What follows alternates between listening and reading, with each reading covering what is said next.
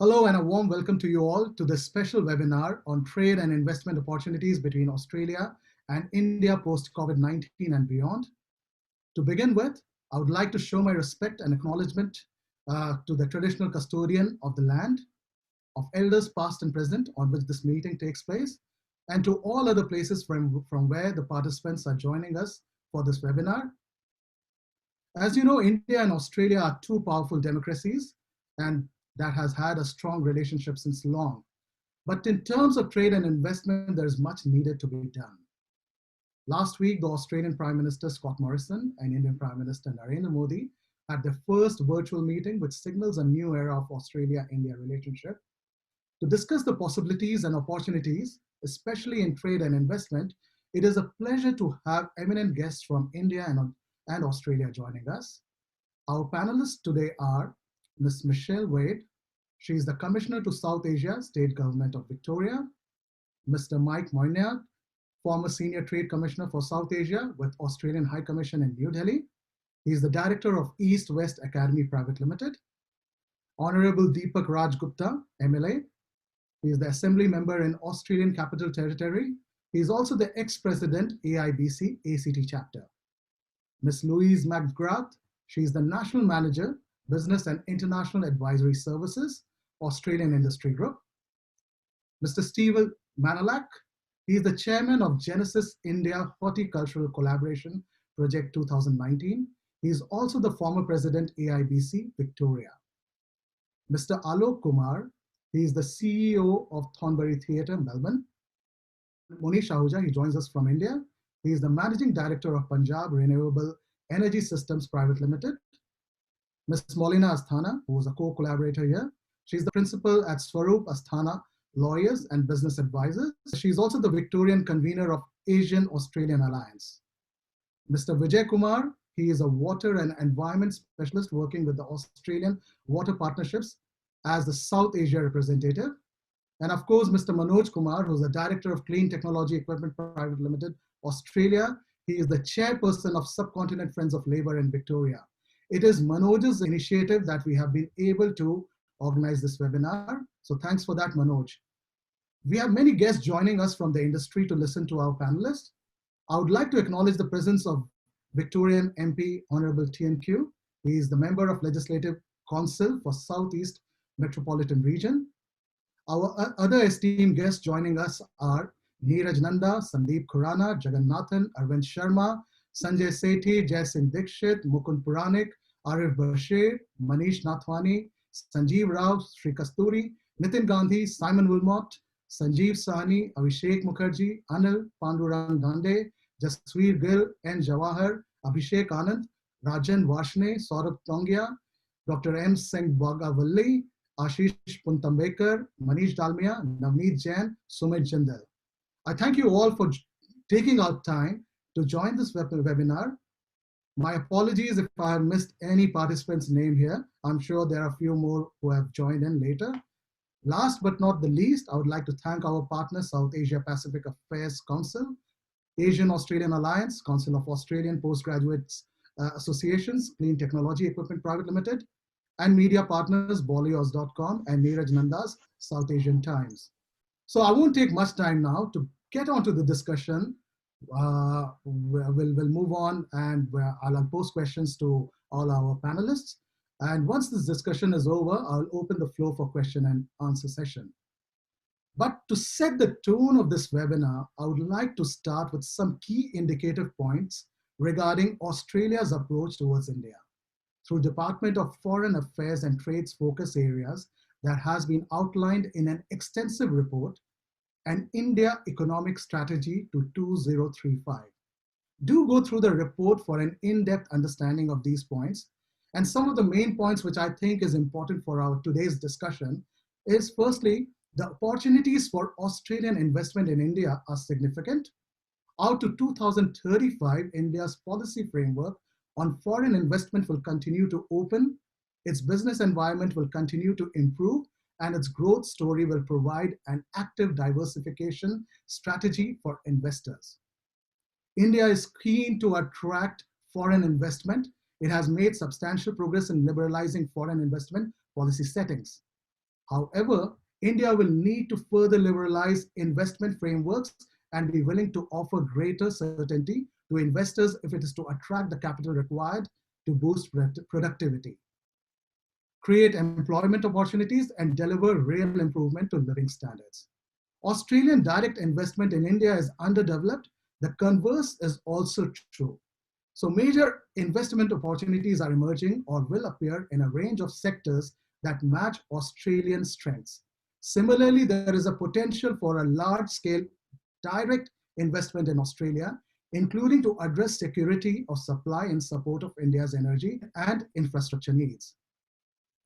This particular report, an India Economic Strategy to 2035, has also given importance to the Indian diaspora in Australia and outlines what needs to be done in a beneficial manner to engage the Indian diaspora. It says, the Australian Indian diaspora is a national economic asset and should be engaged and deployed as such. The Indian government puts a large effort into working with this diaspora. The Australian government must also do so. Harnessing the entrepreneurial spirit of this rapidly growing community, particularly its willingness to innovate and take risks, its knowledge of the Indian market will enhance the future productivity and resilience of the Australian business sector. So keeping these points in mind put forth by Deepak, I would like to start the discussion with the panelists today. I would ask each panelist to provide a short brief of themselves and share their views on Australia-India trade and investment relationships, how this can be furthered, and what is needed to be done. They have 4 minutes each, and I would like to start the discussion with Ms. Michelle Wade. Welcome, Michelle. Thanks, Vikrant, and thank you to everyone from around Australia and from around India joining us today. A little bit about me. So I'm the Victorian Commissioner to South Asia.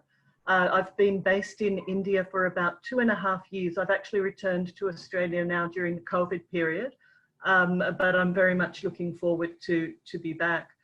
I guess from my perspective, these are interesting times because of COVID, but they're also interesting times in terms of the government to government relationship. So it's great to be having this seminar so soon after our 2 PMs met. Many of you might also know that Victoria has had a strategy in place since start of 2018, particularly focused on India. We do regard it as a very, very important market. So I'm going to talk to you a little bit about what the relationship looked like when I first arrived and where it's come, and also the impact from a perspective of COVID and some opportunities that we're seeing at a business angle. I would echo Vikrant's messages. I think, you know, it's bold things to say, Vikrant, and they're not often said, that we do need to be mindful of greater stability in doing business with India. Australia by nature, and, you know, perhaps for having been in economic good times for almost 30 years, is not always known as a particularly adventurous investor. And I think we also need to be mindful, just because India is big, we also need to be mindful of the other competing markets that are in the region and offering opportunities for Australian investors. So, you know, what is India's unique story and what's it doing well? And Mike Moignard and I not only have a great passion for India, but we have a shared background in Southeast Asia. So we're able to see India through a competitive lens. And I think that is very important. So from our perspective, when I arrived 2.5 years ago to India, I'd say the leading companies in the market from an Australian or Victorian perspective were ANZ, Aconex and Ecotech, from whom we know Manoj. But that has really grown, so I don't think we should underestimate what's already happened. And it's growing particularly in the tech space in Bangalore. We've now got Telstra there, with 2,000 seats, and that will grow. We've got CAS, which is essentially Kmart's retail, and Bunnings retail there with about 500 seats each. And then you would have heard about Rubicon, and they have a very significant water management contract in Karnataka being run with a joint venture partner out of Hyderabad, out of Telangana. we're also seeing other big Australian companies come in, like Commonwealth Bank would be one of the big new ones coming in. So I don't think we should be in any way ashamed of how far the relationship has come in the last 2.5 years.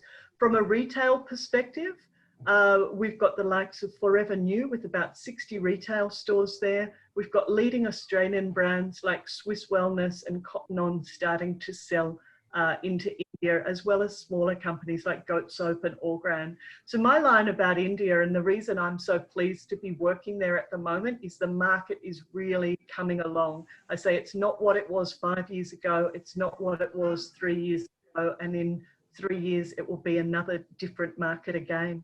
And from India as well, we've got those big IT companies, but they're really starting to gain traction and awareness in the Australian market. So you've got Infosys starting to get some government contracts, also doing work with the tennis, for example, Wipro with relationships with Swinburne, and HCL and its relationship with the cricket, Tata and TCS very involved. So I set my timer so that I'd be well behaved, Vikrant, and that was actually my 4 minutes up. So I might leave it for that for now to give everyone else some time and open to questions later on in the talk. Yeah, thanks a lot, Michelle. That was really interesting, and you have put things in perspective and also given a kind of an insight about how the India-Australia business is growing, and there is a whole lot of possibility in that area. And many thanks for your leadership and work in this area. So with that, I'll move on to our next speaker today, Honorable Deepak Gupta MLA, who joins us from Canberra. So welcome, Mr. Deepak. Thanks, first of all, Manoj, and you all organizing this webinar. I think it's very important, considering it's a challenging time for all of us. Doesn't matter India or Australia. Well, while talking on the subject of trade investment opportunities between Australia and India, I think that opportunity was always there. And that's the reason I think in 1986, when Bob Hawke and Rajiv Gandhi established Australia-India Business Council. So I was privileged to be president of Australia-India Business Council for around 10 years in ACT, and I was part of national board as well. But I've been hearing this from all this time that there's a great opportunity between Australia and India, and it's been going. But to be very honest, there's been a lot of good talks, but not serious talks. You know, we appreciate each other, we compliment each other, we compliment the culture, cricket, Bollywood, food. That's all right. It was good for some time. But till this date, Australia and India on the government level has not come up and sat on the table, discuss business. That has not happened. People to people, business to business relationship has grown over the years. I've seen that. I've took many delegation to India, was part of many delegation of India. But even after signing so many MOUs, the outcome has not been what we were expected to have. So the great importance here we have to understand is the opportunities there, how we convert that opportunity to an outcome. Considering doing business in India is still considered by Australians very challenging. And we have seen some big companies like Lindsay Fox and all, they went into Indian market, but they couldn't penetrate through. The infrastructure, the economical side, the social side doesn't allow India to do business same way as Australia has been doing with China. So it is very important that we really have to start working towards what are the areas India and Australia can contribute. I remember in 2010, the total import was 22 billion, now it is to 5 billion. So it has come down instead of going up. And with the strategy of 2035, I'm not sure how serious government is all about this. It was released, but after that, there was no talk of it. So there's so many good talks, but I think it's like what Bob Hawke said, the honeymoon period is over. It's time to consummate, We really have to seriously think about doing business in India because the opportunities are great. But the thing is, we have not seen those opportunities have been converted into a real outcome, especially from government to government relationship. There has been, as I said, from people to people, business to business, it has improved, but I have not seen that on the government level, considering there's a great opportunity in an area of defense. in science and technology. India is very good in space technology. Australia is also very good in that. We haven't seen that innovation side coming along. They are trade more on the commodity side, but not into real thing, which India and Australia can see themselves a partner. So it's very important from Australian point of view, how we're going to do business in India, but also in India, the execution is very important, and that has been lacking for all this time. I'll leave it there. Yeah, thanks a lot for that, Deepak. I think you have been very direct about what's happening and what has happened in the past. You have put things in perspective. And that is a question which most of the Australian Indians always ask as to where are we going, what is the future? And there's lots of talks, but nothing happening in the ground level. Though, you know, earlier Michelle gave some of the examples of how the ground level things are turning, and there are some really good, interesting business possibilities between India and Australia. But I understand your perspective, and I share those concerns as well. So next I'll move to Mike Moignard, who has been in India, who was in India, who has some insider's perspective as well, because he has worked very closely between Australia and India. So I would like to get Mike's point of view and what is his perspective about the trade relationship. Thanks very much, Vikrant, and can I thank the South Asian Public Affairs Council for putting this seminar on, and also amazing number, over 80 participants. That's fantastic. So congratulations to that. I think the comments from Michelle and then from Deepak segue quite well into what I want to talk about. And I want to focus on some of the issues related to the relationship between India and Australia, and maybe where these take us. And the issues I want to talk about are finance, timing, and relationships. So I want to first talk about the financial relationship. And in this COVID time, we're seeing two major events, I think, which are going to affect where we go from now. The first is cash flow. Cash flow is very limited at the moment for businesses. And we're all seeing companies really struggling at the moment to maintain both their sales and their employment. And they're only going to be purchasing what is essential to keep them running in the next 6 months plus. So cash flow is going to be limited. We're finding capital investment is on hold as projects once considered good prospects prior to COVID now being reconsidered, and new projects which will be arising from the changed circumstances are still being formulated. In other words, we're seeing a hiatus in investment spending. So consequently, what we're seeing from both the Indian and Australian governments are looking to stimulate their economies in the light of these issues. And so business needs to think about how these stimulus might be able to affect and help them in their business relationships. And there are a number of things that have come out in the last couple of weeks where I just want to comment on very briefly and to raise them as issues where I think there are positive opportunities for Australia and India. The Science Research Fund has now been revitalised, which was, I think, one of the major results of the Morrison meeting last week. So this will provide opportunities for universities, for R&D companies and startups to look at potential tie-ups in research, an important part of the future relationship between our two countries. And the potential in the health sector in particular and in manufacturing, I think, are very important. We're already seeing some interesting discussions occurring in those fields. Increasing supply chain efficiencies in India was a stimulus from the Modi government, especially in agribusiness. And I'll leave it at that because I know some others will be talking about that later. The Make in India Part 2 program, with possible tie-ups for manufacturing between Australia and India, fits very well together with the Morrison government's attempt and consideration of manufacturing in Australia. And finally, vocational training support through online learning, and a very important part of where I think building new job opportunities, particularly in India. Investment and spending in online possibilities are going to be opening up very considerably in the next little while. And from developing new software for communications to diagnostics in e-health, these will all be supported by online marketing. And the Amazon India Australia store is a great initiative which is going to come into its own, I think, in the current climate. I certainly want to talk about timing, because the economies of both countries will take time to rebuild.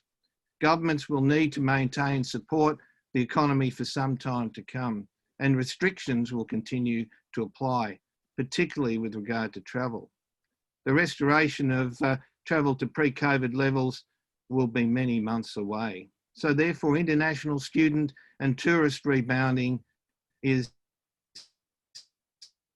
still very clear. Supply chain disruptions are probably going to continue. So companies should be using this time to reboot their market entry strategies for India and Australia. So developing an online strategy as soon as possible. If you don't have one, you really need one now. Reconsidering workforce and office needs. Refocusing India development on smaller cities and states rather than the large areas of Delhi, Mumbai, which are going to be, have been and will continue to be affected by the COVID environment. And increasing in connections with new potential Indian partners and supporters, and restructuring for a low travel world. And finally, relationships. This is the time to continue and maintain your business connections and to build new ones. The India business environment is relationship driven. So you'll need to develop strategies to maintain relationships across an internet interface and not through direct contact. And so in ensuring that you can understand at a company level the new culture associated with building connections across an internet, and also be prepared for change. So I think the ultimate question we all face in this current uncertain situation is, in the post-COVID environment, what will remain of the older system of exchange through finance, trade and relationships, and what will need to change to rebuild sustainable economic development for the longer term? That's the issue I think we all are considering and grappling with at the moment, and it's great to have these sort of online discussions so we can learn and develop with each other. Thanks, Vikram. Great, many thanks, Mike. You have provided a very kind of, again, a realistic picture of post-COVID-19 and how this has changed our relationship or how it will impact. And especially you have looked at how the fundings have gone down. And recently also, I was informed that the Australia-India Council funding was put on pause. So again, another major research funding had a fallout due to COVID-19. So you also point about the Make in India things going into action, the part 2 of it, and the issues that this COVID-19 disruption is causing. And these are very important points for us to take note of and to start talking. So it's not about what happened in that economic report of 2035, because it was a year or 2 years back when that was formulated. So probably that needs to be revised as well. So thanks a lot for talking about forming online strategies and having these kind of online discussions. Probably, I think we are making one of the first kind of a discussion like this, but we would like to continue with that. So with that in mind, we'll move on to our next speaker for the day, Ms. Louise McGrath. She's the National Manager, Business and International Advisory Services, Australian Industry Group. Welcome, Louise. Thank you, Vikram, and thank you for including me in this webinar as well. It's very interesting. So the Australian Industry Group is quite similar to the Confederation of Indian Industries, and we've had a long-term MOU with CII, and we work with them whenever we take delegations to India, but I also work alongside them in multilateral fora such as the B20 and Global Business Coalition and the like. So we're very aligned in many ways. And I think this, as I've said, is a really good discussion to be having post the discussion with our PMs. It's great that there was a new commitment or renewed commitment to greater economic integration. But of course, India could have a free trade agreement with Australia by the end of the year if they sign up to RCEP. So the Regional Comprehensive Economic Partnership, I know, is controversial in India, but for our manufacturing members, it is a core part of their strategy and their engagement with the region. And India not being part of it is unfortunately a big signal that they don't want to be part of Asia, which is the Asian supply chain, the Asian footprint that a lot of our companies are looking at. So for those who don't know, RCEP includes Australia, New Zealand, all of ASEAN, so which is the Southeast Asian nations, South Korea, Japan, China, and it could be India if India would join by the end of the year. And I can see all the arguments that are given to me by Indian business people as to why India shouldn't join, but the excitement amongst our members for RCEP is that it represents their supply chain. It's where their major customers are, it's where their major suppliers are. So it's a really important architecture for businesses going into the region. But I've been taking delegations to India since 2003, so some time, and there has been a big change, I found, over the years. And I think one of our biggest competitors when looking to India is not other countries, but actually India itself. India is now such a dynamic and interesting market that it's quite difficult to get the attention of Indian businesses because they have a much bigger fish to fry than perhaps an Australian company can offer. So Australian companies really need something special that they can offer to Indian partners. But like Mike, I'm really excited by the opportunities for online sales post-COVID. A lot of our members who've never considered it before are now looking at online sales, e-commerce, just even direct web sales. And I think the new arrangement with Amazon for an Amazon Australian partnership, all the organic development in the e-commerce that's going on in India is really exciting and should be something that Australia should focus on. There's been a lot of attention on e-commerce in China in particular, but companies should look at the volumes that are going through Indian online e-commerce sales. The margins, of course, are a little less, but if you can get the right volumes and you've got a very sophisticated consumer, so there's less of an educative process that you need to do when targeting such a sophisticated market. I think the other, I'm looking at my clock, I've got 9 seconds. One last thing, I think that as always, India is a long-term play, and Australian companies really need to find the right partner and put in the hard work. I'll finish there. Great, many thanks, Louise. I think you threw light on a few of the important things about how India is a growing and a dynamic market. And sometimes for Australia being a small market, it doesn't have that kind of a magnetic pull to get all the kind of investors that is required here. And I agree that we need to offer online sales and aspects of online thing and develop that, and that can be really worked on. And you also touched upon organic development and e-commerce. And in fact, our next speaker, Steve Manallack, who's the chairman of Genesis India Horticulture Collaboration Project, has been doing lots of work in the e-commerce platform and organic aspects in terms of horticultural projects. So I would invite Steve to throw some light on this aspect and what has been his particular experience dealing with India. And I know Steve has been doing quite a lot with Indian students, and also he was former president of AIBC Victoria. So Steve. Well, thanks, Vikrant, and hello to everybody. I came back from India doing a research mission there in November.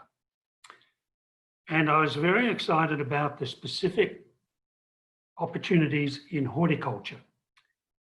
And nothing that's happened since then, apart from COVID-19, makes me feel pessimistic about our opportunities together. So I agree with Michelle and the other speakers who I think pointed to the fact that, in fact, we probably have a really good basis for the next step with India. And we need to take those steps positively. And I ask one question, though, of everyone in this webinar.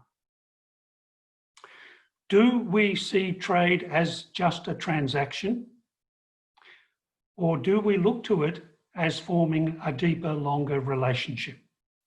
This is a big issue for us, and I'll point to my own research in November. We were studying, with the assistance of the Australia-India Council, opportunities to collaborate in horticulture, and particularly controlled irrigation, protected cropping, and hydroponics. India is about to make a big jump into these, and Australia is very good at all of this. Skills training, equipment supply, and so on.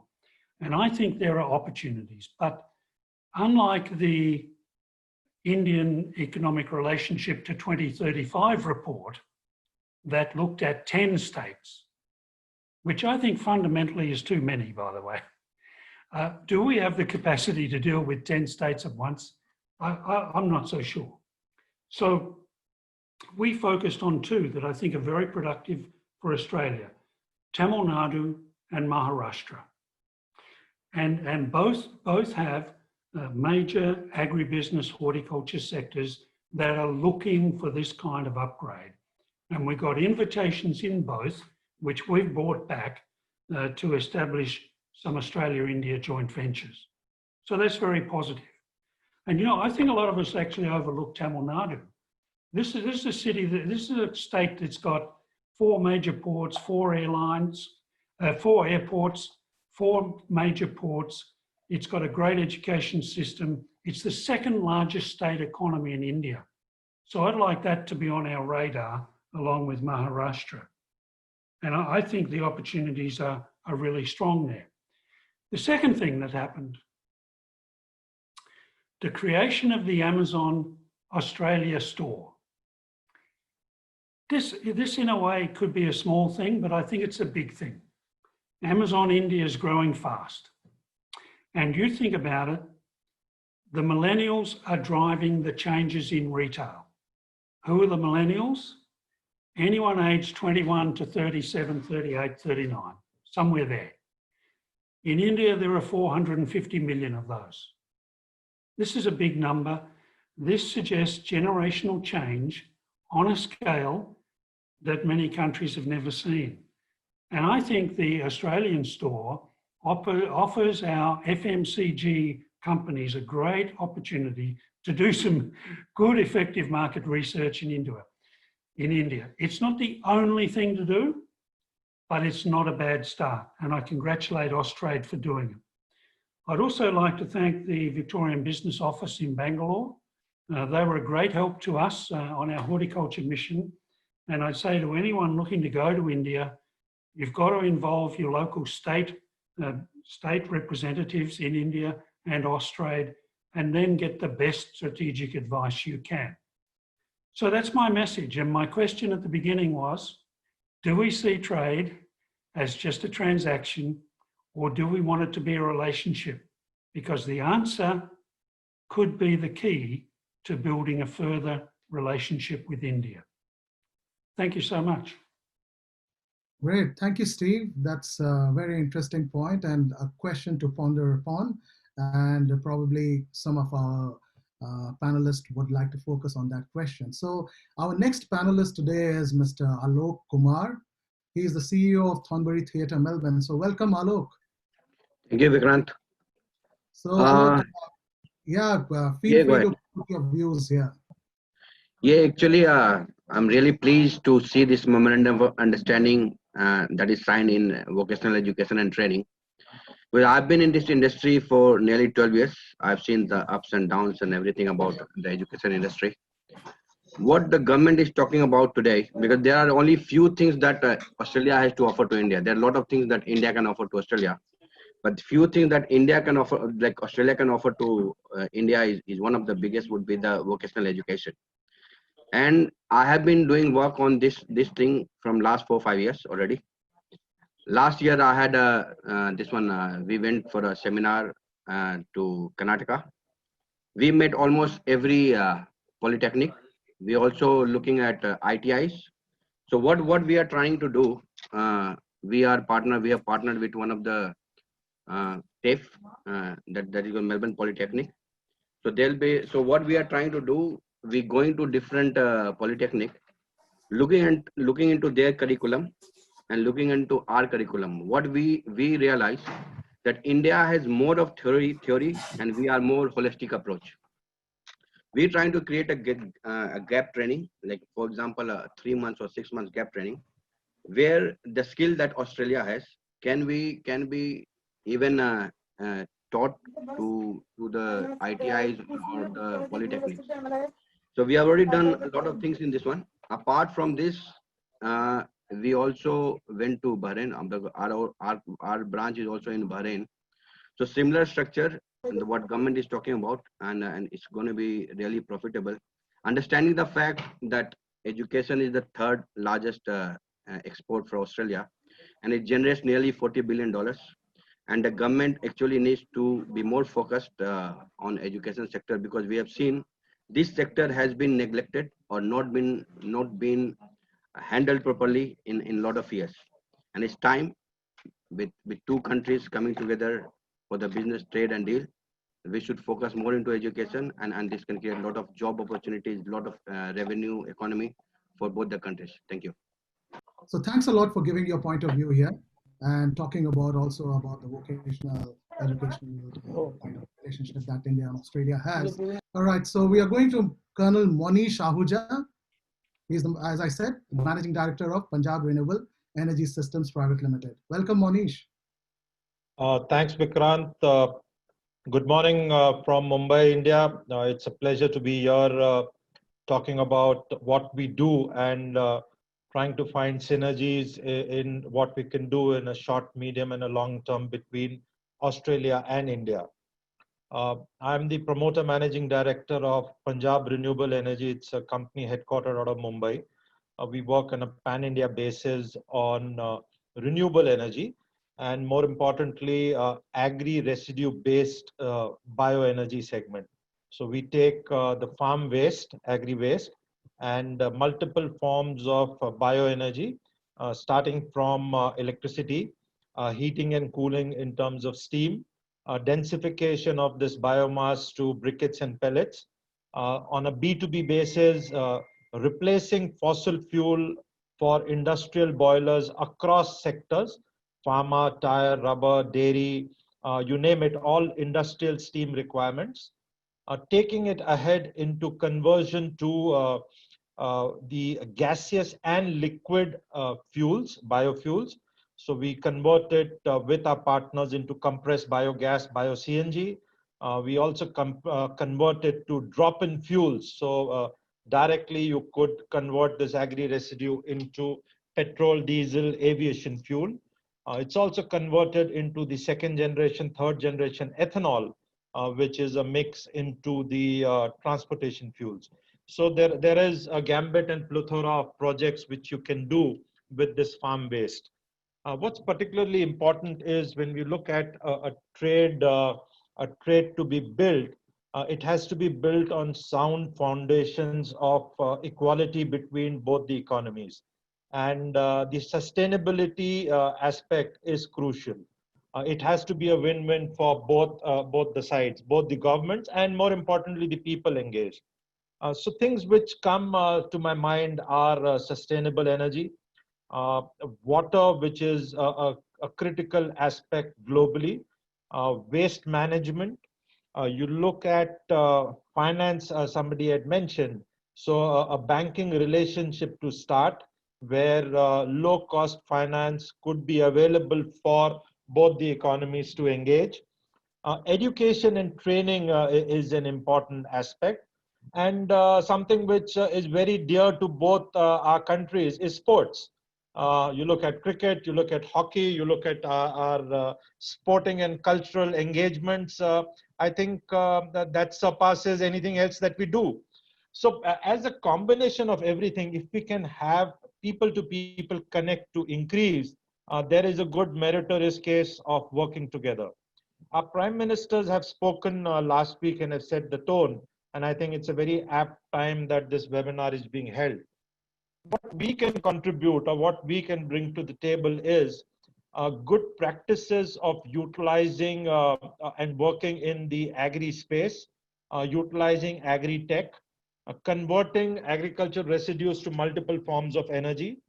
I was part of another short webinar discussion which Vikrant had organized last fortnight, and some points which we dwelled upon there or we deliberated upon. Australia has faced some humongous forest fires in the recent past, and that's all energy which is getting burned and contributing to pollution. In India, we have a humongous problem of farm residues post-harvest being burned, and every year we have Delhi going black and other geographies where it's costing us health. These are places where we could immediately synergize to utilize this natural resource that we have, renewable resources that we have, and convert it into forms of energy to make it a way of life. These are my opening remarks, and I think I've just overshot my 4-minute timeline. Thanks, Vikrant. Yeah, thanks a lot, Monish. That was very interesting and quite a valuable aspect that you have touched upon about the renewable energy and how Australia and India can have a good partnership around those areas. And we have had our discussion earlier as well on that energy sector. So definitely thanks a lot for again throwing light on this issue, and probably another, this has been in that 2035 report. Mining and renewable energy and all those kind of areas have been really looked upon, and environment issues are very, very key areas to take our partnership forward. So with that, I'll now move to, I'll invite Molina Asthana, who's the principal Swarup Asthana Lawyers and Business Advisors. She's also the Victorian convener of Asian Australian Alliance, and she's one of our partners for this particular webinar. So Molina, welcome. Thank you. Thanks, Vikrant, and good afternoon, everyone. And it's very exciting to be part of this stellar panel, and we've already heard some really good insights from some of the panelists already. So I want to focus on something that Vikrant has already raised before, which is the importance of people-to-people ties, and our previous speaker also just spoke about that. And these ties have stayed strong during COVID-19 and will remain so after, based on our shared values of democracy and the rule of law, and of course our shared love for cricket and the newfound love for samosas. This aspect recognizes the significant role of the Indian diaspora. We have a 700,000 strong diaspora in Australia, comprising both Australians of Indian origin and Indians resident in Australia, and close to 110,000 students studying in the country. We also have a large Australian educated alumni based in India, and I will loosely include them in my term of diaspora for today. This diaspora has contributed significantly to the linkages between the two countries and will be instrumental in the growth of the relationship. This was emphasized in the opening speeches by the two PMs in the online summit, and also reiterated in the MEA press release. And I've always been of the firm belief that the diaspora are ambassadors for both the countries, not just one. Some of the panel members today represent that diaspora, and they have a lot to contribute. However, much of that contribution has been at a personal level, out of their own efforts and commitment to the relationship, like myself, rather than involvement at the government or board level. If we want to raise India-Australia organizational literacy, we need representation of the diaspora at the board level. Not only does it increase local knowledge of the organization, but it brings about diversity in thought leadership, and it also engenders confidence in the Indian diaspora and bridges the cultural Indian counterparts and bridges the cultural and economic gap. We are now seeing an increasing involvement of the diaspora at the government level, both in official and unofficial capacity in advisory roles, but leveraging of a wider group and thinking of innovative ways to engage, particularly with the first generation, is likely to increase the effectiveness of this engagement. I want to give you an example of this sector And that is of great importance to both countries, which is education. My daughter, who's only 11, recently participated in the first of its kind Australia-India exchange program, where during COVID-19, students of Melbourne's 2 elite girls' schools had an online exchange with selected students of an elite Indian school, with discussions ranging from coping with online education to fun things like food and family life. This ended up being reported in a leading Indian newspaper as well. The school in India is actually run by an Australian alumni. Though this was done at a personal level by some of us with the school's permission, now the Australian schools are interested in more girls from the schools participating in the initiative and also reaching out to other schools in India. And my daughter is now working on a video about Melbourne for the Indian school with a walking tour talking about various sites of significance for the school, which she will edit herself.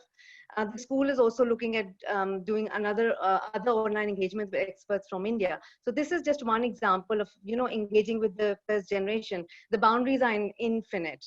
I'm also on the board of the Graduate House of the University of Melbourne, and our growing student base is from India and other South Asian countries. And we also now have an India strategy in the making. Mike Moignard here is aware of this, and as we've engaged with him as well on that. So all the students are postgraduates and doing exceedingly well academically, and if we can leverage off their talent, it will be a bonus. The other aspect I briefly want to touch upon is Australia's potential competitive advantage in quality and regulatory standards. Australia has a global reputation for accountability, transparency, and adherence to the highest standards, irrespective of industry or market. The rigor through standard formation and adherence is something that makes Australian services offering attractive. We already know this from our own legal sector as well as the education sector, where it will be very important especially for micro-credential offering that Australia is doing at the moment. To give you another example of this, I'm currently advising an Indian aged care provider who's looking specifically for an Australian joint venture partner. Their preference for an Australian partner is based on Australia's high statutory standards that regulate the sector. These standards also increase the value proposition of the product or service in a market like India, where it's harder to compete on pricing. Hopefully, we will find these standards reflected in all the agreements that have been signed, MOUs that have been signed between the two countries at the recent online summit. And I would be particularly interested in the applications of the framework arrangement on cyber and cyber-related enabled critical technology cooperation and the MOU on cooperation in the field of public administration and governance reforms, where cooperation may require legislative reforms in India to make the laws more stringent. So these are just some of my views, because others have already spoken about some particular sectors. So I'll stop at that and we'll be happy to answer questions later. Thank you. Great, thanks a lot, Molina. And I'm being mindful of the time as well. So I'm going to straight away invite Mr. Vijay Kumar, a water and environmental specialist working with the Australian Water Partnerships as the South Asia representative. So welcome, Mr. Vijay. Thank you, Vikrant. So most of my fellow speakers have been talked about in South Asian opportunities. I will be focusing more specifically on the water and the environment side of the business. So let me quickly brief you. So we, as Australia Water Partnership, which is a government of Australia supported initiative started in 2015. We work very closely with Indian federal government water authorities and companies as well as with the state government. We work with partners primarily across multilateral partners like the World Bank and ADB and also the state government. In terms of the opportunities, India has got around, if you count all the funding coming in, there are at least $10 billion of funding, particularly with regards to managing the water resources that's been given. This $10 billion includes funding from World Bank, Government of India funding, ADB and other multilateral partners as well, like the New Development Bank and AIIB, Asia Infrastructure Investment Bank. We as Australia and our partners from AWP, there are 200 plus partners. We have been working in India, and all these partners have been involved in a lot of these projects. There are big opportunities across the whole spectrum of water resources, or you can say the water value chain, right from starting at the basin level management to using IoT-based device to monitor the water flows. That is going to help in decision making with regards to assessing the floods, build in models, because the basis of all the forecasting is the correct amount of data or the right data. So that's where the lot of expertise required in India. There are a lot of huge instrumentation opportunities coming as part of these projects, which involves dam stabilization instruments, reservoir operations, flow measurement across these canals, irrigation canals, rivers, and other water bodies. Then there are a lot of instrumentation business coming up in the urban utility side as well, where they're trying to reduce the non-revenue water by putting it smart water meters across all cities. So water as such is a large business in India, although it is driven primarily by the government. But we see a lot of international companies operating in India. And from Australia's side, what is good, because I have, as an individual, has worked with Australian water industry since last 7, 8 or more than 10 years at least. So I'm aware of what are the capabilities that exist in Australia and where they can collaborate in Indian market. We as Australia are very good in designing and service component as far as water industry is concerned. We may not be very good at producing instrumentation, but the services part, the design part, the designing of flood forecasting tools or different tools required for drought mitigation, for irrigation efficiency, that's where we are very good at. Dam operations tools, that where we are good at. So I would encourage, and still a lot of our partners are participating in collaboration with local partners. So I would encourage with regards to the new MOU that was renewed recently at the virtual summit of both honorable prime ministers, water was one of the key agenda. So in terms of the India-Australia water relationship, it's more than a decade old now. First MOU was signed way back in 2009 on collaboration on water resources, and that was renewed in 2014, and now again it's been renewed with a more wider spectrum of engagement, and that MOU is giving access to engaging with different stakeholders in the water space. And that's where I would suggest, I'm happy to support any companies to know more about it, any organization to know more about it in terms of the collaboration opportunities. We as Australia Water Partnership, yes, we are supporting a lot of our partners engaging in India through bilateral projects, and the partners are utilizing these opportunities to showcase and profile their capabilities. So that's all from my side. Thank you. Yeah, thanks a lot, Vijay, for this particular overview about what we can do in this particular water area and what's been happening. So to sum up this particular session, I would invite Mr. Manoj Kumar, who's one of the main organizers of this webinar, and he's the Director of Clean Technology Equipment Private Limited, Australia, and also the Chairperson of Subcontinent Friends of Labour in Victoria. So Manoj, welcome.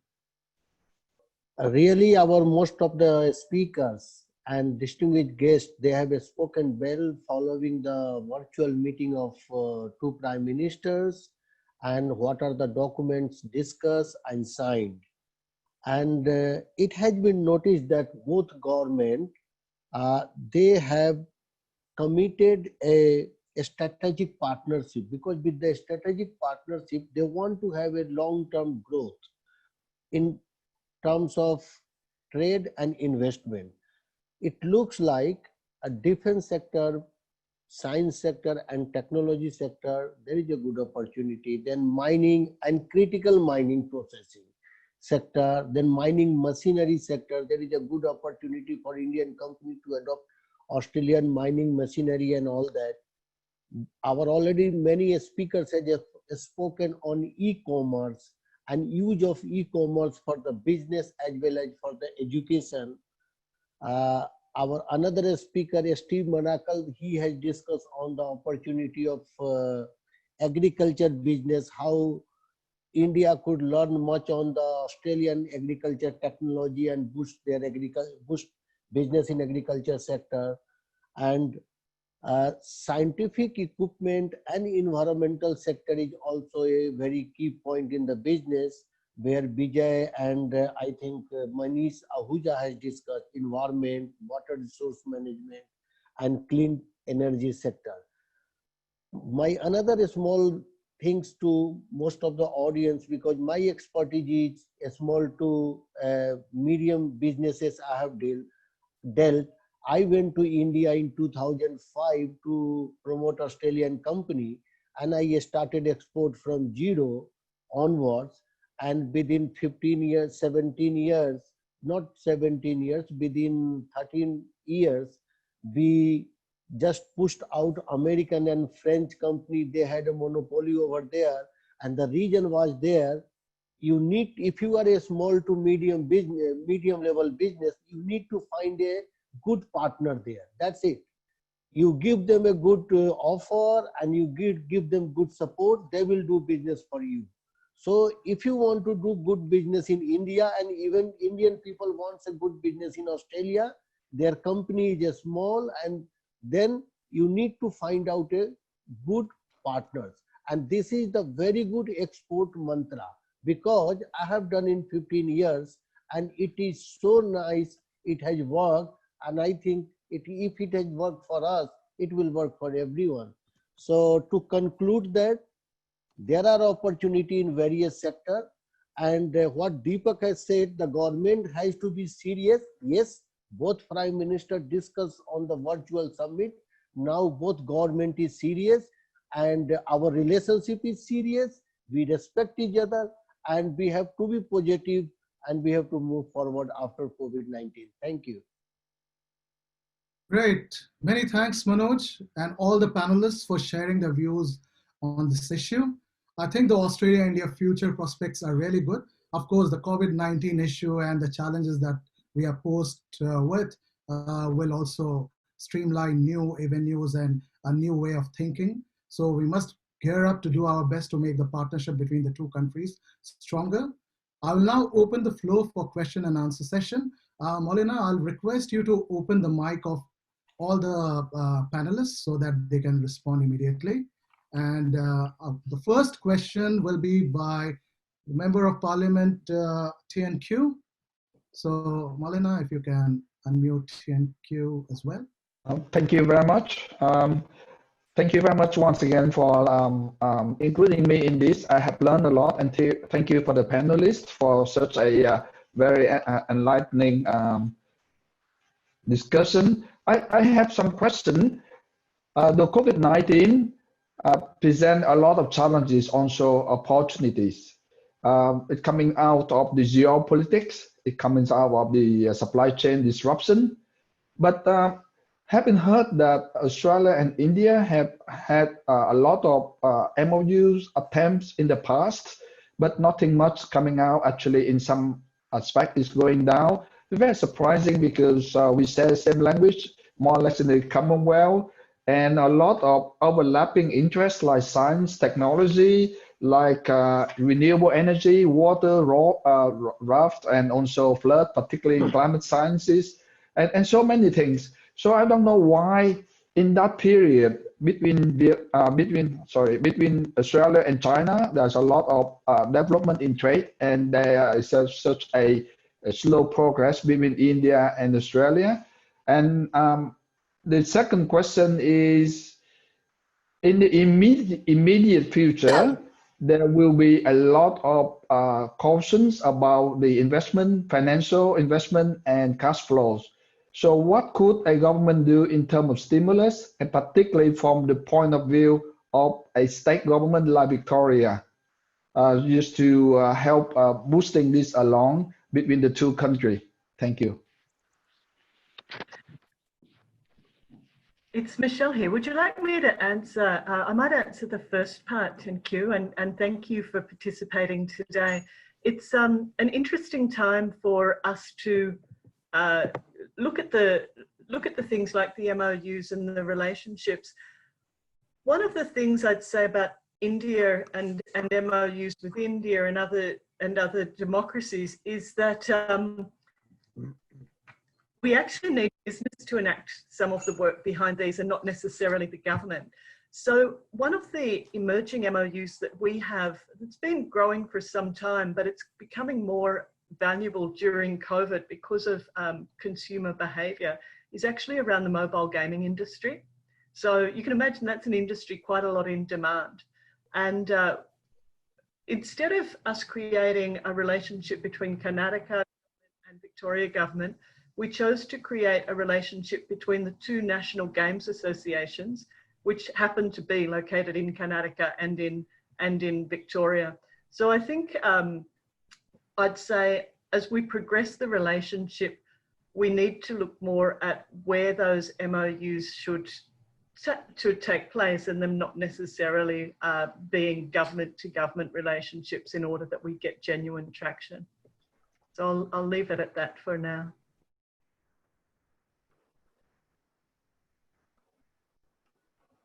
All right. Will anyone else from the panel would like to respond to the other questions here? Well, if not, then we have another question from Mr. Neeraj Nanda here.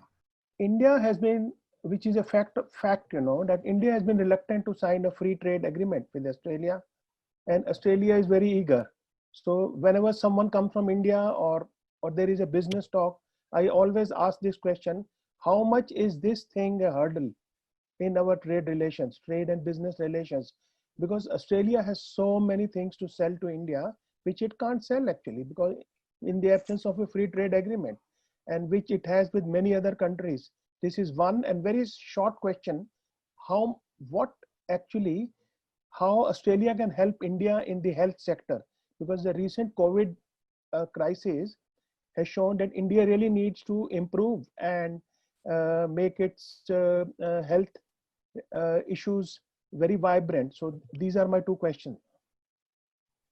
Anybody? I mean, I think that yeah, Louise. Look, I think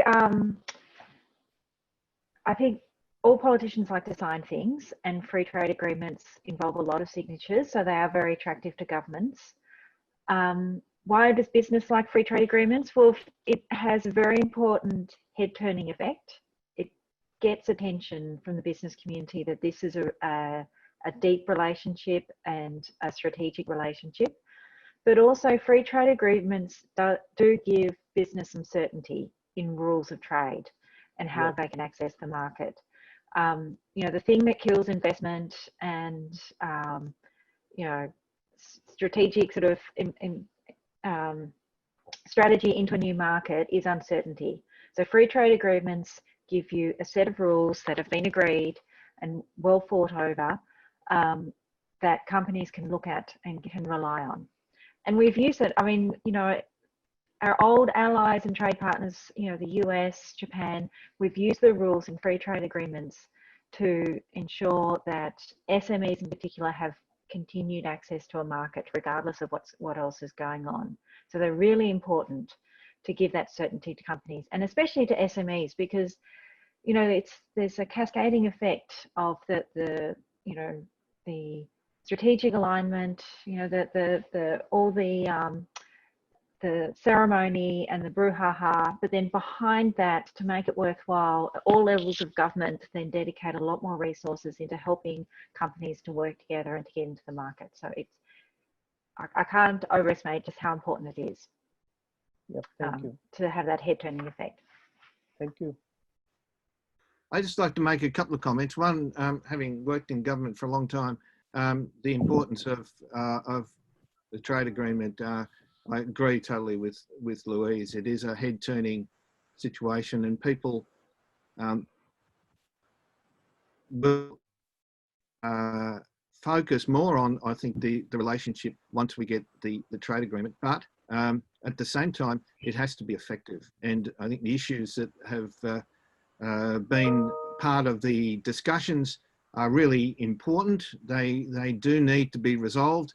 And it has taken a lot longer than I think people imagined to get that agreement. But let's hope that in the next 12 months, we'll be able to get an agreement. On the health one, I'd just like to make a comment on that. What's interesting is COVID has brought to the fore in both India and Australia the need for telehealth and e-health. And it's amazing to see what's been happening in both countries in that space, and where I think there's great collaboration and opportunity is in that area. And I would expect to see greater collaboration and support between Australia and India in areas around telehealth, but also particularly where it's affecting remote communities. the telehealth opportunity in remote communities in India and remote communities in Australia, I think is a great opportunity for us. Thank you very much. Vikrant, I've got one question, and it's just a very short one. See, I've got very large projects in infrastructure, in waste management and defense. Now, who do we write to within the Australian government to talk about these projects so that companies can come on board? Because I'm interested mainly in collaboration with large Australian construction companies, finance and insurance companies, because these projects can create large number of jobs in Australia also. So can you please collaborate? All right. So, Mike, would you like to respond to this? Look, I just say I think it's an area where there has been collaboration in the past, and I think the importance of, as I was talking earlier about investment decisions, is going to be the major driver here, and this is where I think the need for larger companies to look at the India scenario is important, and I think increasingly as we see both countries coming out of COVID, we should see more development in that area, and it's important. Infrastructure is a huge need in India. Australia has great opportunity to support that need. So I expect that this will be a major area going forward. Great. Many thanks, Mike. There are two more questions. One is from Mr. Sanjay Sethi. Good afternoon, everyone. Sanjay here. So first of all, I would like to congratulate for this webinar. It's a really great steps to discuss about the opportunities between two countries. And my question is that, which I think Neeraj already asked regarding free trade agreement between two countries. And I think a lot of memorandum of understanding signed last time between the virtual talk between the prime ministers. So we need to discuss a lot of projects, but we need to discuss the barriers, how to, move further with the free trade agreements. So is there any free trade agreements coming up, taking into consideration all the futures prospects and the trade opportunities with India and Australia? Australia and New Zealand, Australia and India have tried to sign an agreement, but as Mike says, Australia has very high bar for what we consider good free trade agreements that we'll sign. We don't just sign, agreements for the sake of it. We make sure that at least 95% of tariffs are included, and there's good rules on investment and protecting IP and all sorts of other things. So that did break down, but as I said in the outset, we have RCEP, Regional Comprehensive Economic Partnership, which will include, I've got to remember my numbers, half the world's population, 40% of the world's GDP, global GDP, and 30% of global trade. Those numbers only work if it includes India. So, this would be the biggest trade agreement in the world, and it would be the trade agreement that would turn heads across the world, not just in our respective markets. India has been part of the negotiations. There's been a lot of compromises to keep India in the room, but I understand at the moment India's not keen to sign on to the final agreement with some concerns around China. But Laos is signing on, Myanmar are signing on, very small, underdeveloped economies are signing on to RCEP. So I'd really hope that a huge, sophisticated, globally engaged market such as India would be able to sign on. And the way it's structured is that they're essentially bilateral deals, so rather than a regional deal. So Australia and India have already made those negotiations. We've got something ready to go, and we could be in place by Christmas. Indian negotiators sometimes, they hold the pen, but it's Indian business who put the ink in it. So we need to encourage them a bit more, I think. Great. Thank you. Thanks, Thank you. I would call on Sanjeev Rao to ask his question. Sanjeev Rao. Yeah. Good day, everybody. I have a question to the agri persons who are there on the panel. Sorry, I don't recollect the name. What is the scope for collaborating on vertical farming? As I do have some business friends in Italy who have come up with patented processes in this area where the productivity is nearly 3 to 4 times the current processes that are being employed everywhere. So I would like to know if anybody can throw light on that. Michael? Actually, the person who would be best to be able to answer that question is Steve Gone. Manallack, Yeah, who he gone. left us. So no, I can't really answer the question particularly. So, but maybe it could be passed to Steve for comment afterwards. Yes, your question will be passed to Steve. Yeah, could Vikrant, could you please send me the contact details of Steve also separately? I would appreciate that. I'll send it to you via email. Don't worry. Yep. Thanks Thank you. a lot. So I'll Thanks. take the last question for the day. So I don't see any name here. So if anybody wants to ask one last question, and then I can end the session. All right. Vikrant, just one thing, because see, I've got these large schemes which I will send you. You have a look at it, and then let's have a further discussion, because they're pretty large schemes that I'll be sending you in the next. I'll talk to Monish, and then I'll be sending you this stuff. Yeah, that will be great. And what we'll be trying to do is to organize another webinar within these lines and to try and create a kind of a network of Australian and Indian specialists in trade and investment, and try and work more on this and have this kind of an ongoing discussion, because one-off discussion is not enough. This needs to be sustained. Yep. And what do you think, Manoj? How should we go about this in future? I think we have to cover in different sector wise, because we can't couple all this sector together. This was like a meeting covering the virtual summit, but now next time we could go like a mining sector, we should go like a education sector. So we will try to couple few sectors and discuss the opportunity and investment both sides on that. Great. Thanks, Manoj. And now I would like to end this session by thanking all our panelists. It was very interesting discussion. You put in really good point of view here. So I'd like to thank Ms. Michelle Wade, Mr. Mike Moignard, Honorable Deepak Gupta, MLA, Ms. Louise McGrath, Mr. Steve Manallack, Mr. Aloke Kumar, Lieutenant Colonel Monish Ahuja, Ms. Molina Asthana, Mr. Vijay Kumar, and of course, Manoj Kumar. And thank you all participants. This was really good to have you all here and to see so much of discussion happening in the chat section as well. And we will pass on our next webinar details soon. So thanks again.